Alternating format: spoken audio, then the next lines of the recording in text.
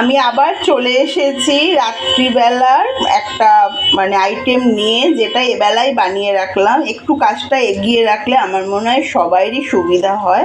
রাত্রিবেলা শুধু রুটিটা করতে ভালো লাগে, কিন্তু তরকারি করতে গেলে আমার গায়ে জ্বর আসে, আর কার কী হয় জানি না। সেই জন্য আমি বানিয়ে রাখলাম। দেখলাম যে আর রাত্রিবেলা তো বিশেষ করে গ্যাস ফ্যাস এঁটো রান্না কিছু ভালোই লাগে না, নিরামিষ হলো তো ঠিক আছে।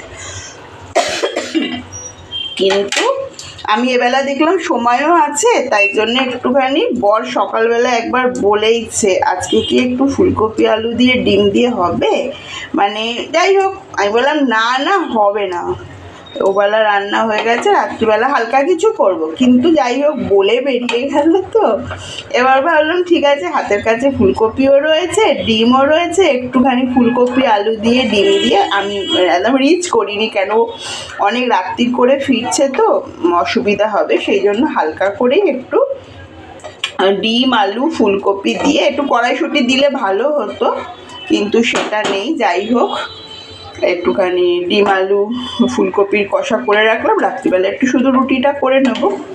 প্রত্যেকটা কাজই যদি একটু এগিয়ে রাখা যায়, যেমন রাত্রিবেলা যদি সবজিটাকে গুছিয়ে রেডি করে যে পরের দিন কি রান্না হবে এটা করে রাখা হয়, তাহলে আমার মনে হয় সবারই পরের দিন সকালবেলা রান্না করতে সুবিধা হয়।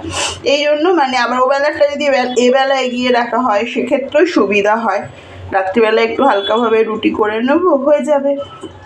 দিনের বেলা যতটা কাজ করার এনার্জি থাকে, রাত্রিবেলা সত্যি কথা আমার থাকে না। অন্য কার কী হয় জানি না, আমি একটু বরাবরই রাত্রিবেলা বেশি রান্নাবান্নার ঝামেলা পছন্দ করি না।